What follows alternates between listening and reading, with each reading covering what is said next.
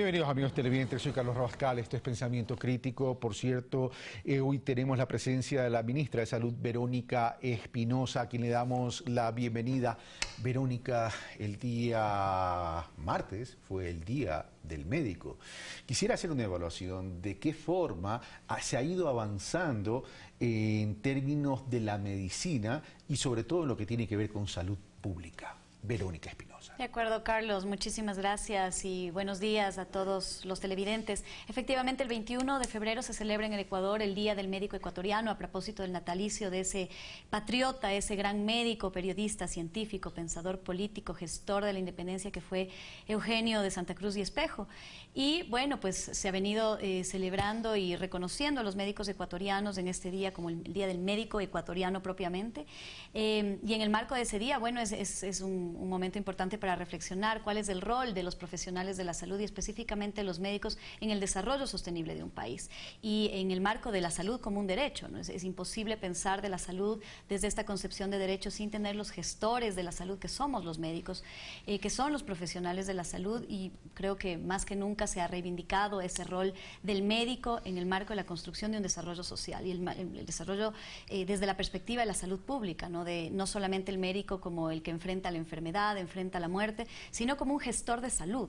Hemos cambiado un poco ese paradigma del médico que cura al médico que previene, al médico que interviene en la sociedad. Los médicos somos gestores políticos innatos, somos gestores que intervenimos en la sociedad y tenemos un gran impacto en el desarrollo de la gente. Entonces creo que es muy propicio esta celebración que hemos tenido el 21 de febrero. Y esa celebración, más allá de la verbalización en términos de rendir homenaje a un gremio que es tremendamente importante, vamos a temas tangibles, porque ha habido también crítica en el sentido del tratamiento al gremio de los médicos en función de la salud pública, en términos horarios, en términos de salarios, etcétera. Por supuesto. Bueno, insisto en el rol relevante e importante que tiene dentro de un sistema de salud el médico. No puede existir un sistema de salud sin médicos y en ese sentido creo que más bien la política pública y la política que se ha emprendido durante este gobierno ha sido una política de fomento al rol de ese médico dentro de nuestro sistema. Por ejemplo, el tema del incremento de los horarios de trabajo, de haber pasado de 4 horas a 8 horas, viene también por un reconocimiento de la necesidad de los médicos, de los especialistas, de los médicos tratantes en la integralidad del servicio de salud. Es decir, el médico no se le necesita solamente 4 horas esperando que lleguen los pacientes en nuestros servicios de salud, se lo necesita en muchos casos muchísimo más, jornadas de trabajo mucho más largas, las 8 horas, y en un trabajo también comunitario. Hemos cambiado esa perspectiva del médico sentado esperando a pacientes a un médico que se involucra con la comunidad. Lo que pasa es que hay una realidad, ministra, y la realidad lamentablemente responde a las brechas de ausencias de políticas del pasado. Entonces, ¿qué es lo que pasaba? Esas eran las reglas del juego en ese momento y el médico tuvo que adaptarse a esa regla de juego, lo que significaba que el médico mejoraba sus ingresos a través de consultas externas o en el ejercicio libre de la profesión. El momento que viene toda esta regulación, ya está impedido de ejercer libremente su profesión porque tiene normas, porque tiene un horario, pero dice, me veo en desventaja por la disminución de mis ingresos que antes sí lo tenía porque podía trabajar part-time en el ministerio o en la salud pública y en el ejercicio profesional. Por supuesto, y precisamente en ese mismo sentido, de alguna manera, el médico ha sido reconocido. Este incremento del horario vino reconocido con un incremento también salarial importante. Yo creo que el reconocimiento actual de nuestros médicos en comparativos que hemos hecho con otros países de la región, los salarios de nuestros médicos son salarios que son representativos. Sin embargo, yo creería que en la medida que el país desarrolle, una de las áreas en las que tiene que intervenirse para que exista mayor reconocimiento también es en el área de los médicos. Pero eso es muy cierto. La realidad de nuestro sistema de salud era una realidad muy distinta. No podemos verle al médico inmerso en un sistema de salud que tenemos hoy en comparación del médico a la realidad que tenía que enfrentarse en el sistema de salud que teníamos hace 10 años, ¿no? Un sistema de salud precario, abandonado, marasmático, en la condición más grande de desnutrición, en el que no había infraestructura sanitaria, los hospitales estaban olvidados, no se había construido hospitales durante décadas, no tenían dotación de servicios, no tenían dotación de medicamentos. Entonces, las condiciones a las cuales estaban sometidos los médicos precisamente estaban diseñadas para esta privatización de los servicios de salud, para que más bien sea la consulta privada la que supla las necesidades de los servicios públicos, y eso cambió cambió radicalmente. Cambió a tener hospitales bien dotados, infraestructura sanitaria nueva, dotación de equipamiento. Por supuesto que falta y nos faltará mucho para recuperar más de 40 años de abandono a un sistema de salud. Ahora, el tema también pasa en temas de salud pública, por cierto, en la priorización de la inversión en salud pública. Es decir, porque puede haber dinero, pero si solamente nos dedicamos al tema correctivo, es decir, se produce la enfermedad, evidentemente hay que atenderlo, pero ¿cómo disminuimos esa carga en términos de recursos financieros en el trabajo de la prevención de la salud pública, que en mi concepto es uno de los rubros más prioritarios e importantes y trascendentes que debe existir? Por supuesto. Mire, Carlos, yo en eso hay una frase muy coloquial que yo la recojo mucho, ¿no? Es donde está la plata está la voluntad, y eso definitivamente es así.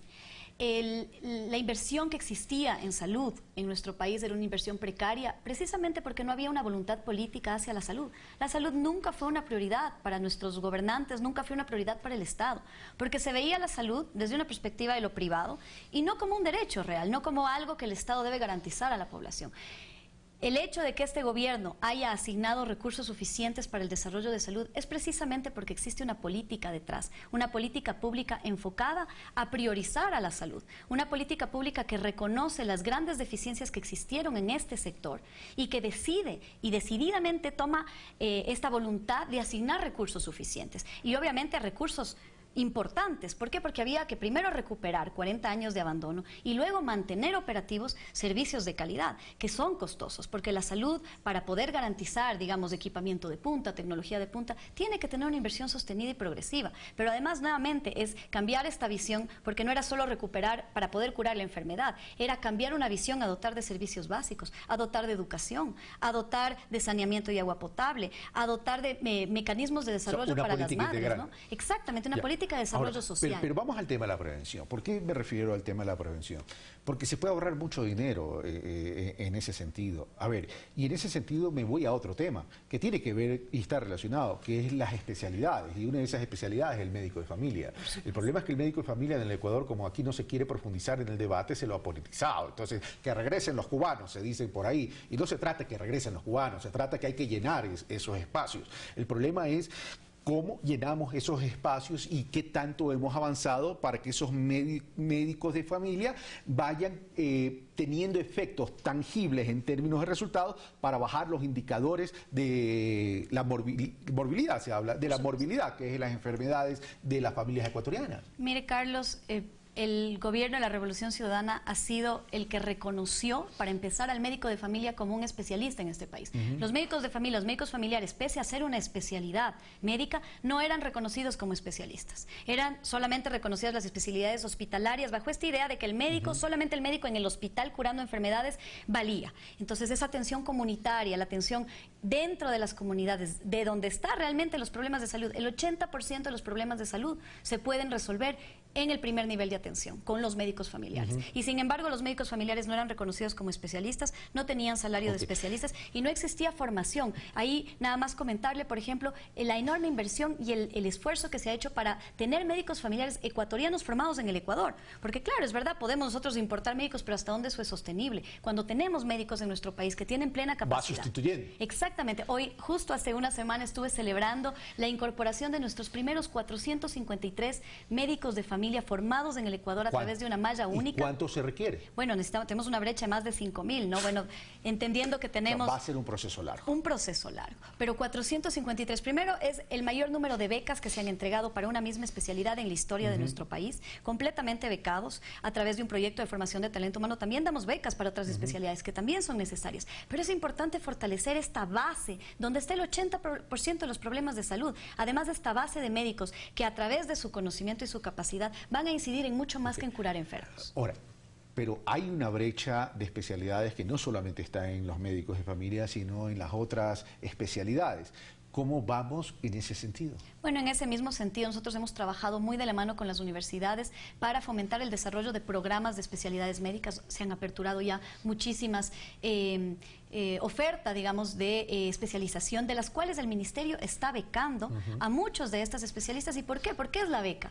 Primero, porque apostamos en el médico y creemos que los médicos tienen que seguirse desarrollando en su carrera profesional, pero también porque luego esos médicos van a ser la fuerza laboral sobre la cual se sostiene nuestro sistema de salud. Entonces, estos médicos que luego devengan su beca en el sistema público de salud son la base y la fortaleza de un sistema que ahora tiene grandes hospitales que no pueden funcionar sin estos especialistas. Ahora, vamos al otro tema.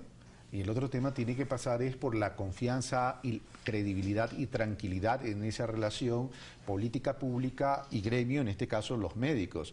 Se vino y se actualizó el debate con el tema del doctor López. Entonces dice, es que ahora tenemos una ley que es muy dura y que permite ciertas interpretaciones y nosotros en el ejercicio profesional asumimos responsabilidades que nos perjudican. Y no está muy bien establecido la cadena de responsabilidad en el caso que pueda existir una mala práctica. Todo lo contrario, definitivamente antes del nuevo Código Orgánico Integral Penal, la ley juzgaba la posible mala práctica médica bajo homicidio culposo, es decir, se le podía juzgar a una persona bajo la sospecha, digamos, de mala práctica por homicidio culposo, y eso era absolutamente abierto. No existía ninguna condición, ningún tipo de particularidad que aborde lo que implica la profesión del médico, que está continuamente enfrentado a la vida y a la muerte y a la posibilidad del error médico. El Código Integral Penal especifica el problema, el ejercicio profesional en un artículo específico que atiende esas particularidades y pone ciertas condicionantes básicas que precisamente pretenden aquello que no puede ser tratado como mala práctica quede excluido, y solamente aquello que cumple con estos requisitos, que además fueron trabajados en consenso con participación del gremio de profesionales de la salud, atienda la particularidad de los problemas del ejercicio profesional. Obviamente siempre ha habido esta intención de politizar, esta intención de querer calificar al gobierno como enemigo de los médicos, que se ha buscado perjudicar a los médicos cuando fue completamente lo contrario. Yo digo, yo soy médico, mis padres son médicos, mi hermano es médico, vengo de una familia de médicos, y yo creo realmente en que ha habido un apersonamiento y un acercamiento a proteger a la profesión de la salud. Obviamente aquello que está mal, donde existe un error por omisión, por falta, debe ser sancionado, porque también del otro lado tiene que existir esta responsabilidad de que lo que hagamos se apegue a los estándares, se apegue a la prudencia. Pero sin embargo, se ha tratado también de proteger la práctica profesional, de brindar dotación de especialidades. Claro, pero el tema también es, a ver, el doctor López, tengo entendido que fue privado de la libertad, ¿no? Bueno, el doctor López no fue sancionado por el Código Orgánico Integral Penal. Ese es un primer error y una manipulación de la información, porque claro, se toma el caso del doctor López como emblemático de cómo el Código Orgánico Integral Penal afecta a los médicos. Sí, fue con la ley. Y no fue sancionado por el Código Orgánico Integral Penal, él fue juzgado por la Ley de Amparo al Paciente, ni siquiera en base a mala práctica profesional. La tipificación por la que él fue juzgado fue por no atención al paciente en base a la Ley de Amparo al Paciente, no por el Código Orgánico Integral Penal. Entonces, ahí es como se ha tergiversado y se ha vuelto una mentira repetida 1000 veces, no se convierte en verdad, pero es lo que se busca, decir que fue el código, que es este gobierno que está en contra de los médicos, cuando primero no fue con el Código Orgánico Integral Penal, segundo ha sido un tema de la administración de la justicia en la cual el gobierno y el Ejecutivo no ha participado. Si en algo hemos participado, y eso puede darlo fe el mismo doctor López y su familia, ha sido todo lo contrario, ¿no? En un acompañamiento y además en una solidarización que yo misma la hice en el momento que él fue. Y hubo una revisión de la sentencia y fue puesto en libertad. Efectivamente, pero al mal rato, la sentencia, la justicia ahí actuó en base a sus instancias, y esta es una instancia más de la justicia en la cual pues pero el mal él ha sido rato declarado no se lo quita inocente. No, por supuesto, pues eso sería interesante analizarlo en el marco de la administración de la justicia. Verónica Espinosa, ministra de Salud, muchas gracias por estar con Muchas gracias, Carlos. Sus padres médicos, abuelos, su padres, abuelo médico, usted médico, bueno, yo ya me declaro paciente. Bueno, nosotros hacemos una breve pausa y regresamos de inmediato. Gracias, Verónica. Muchas gracias, Carlos.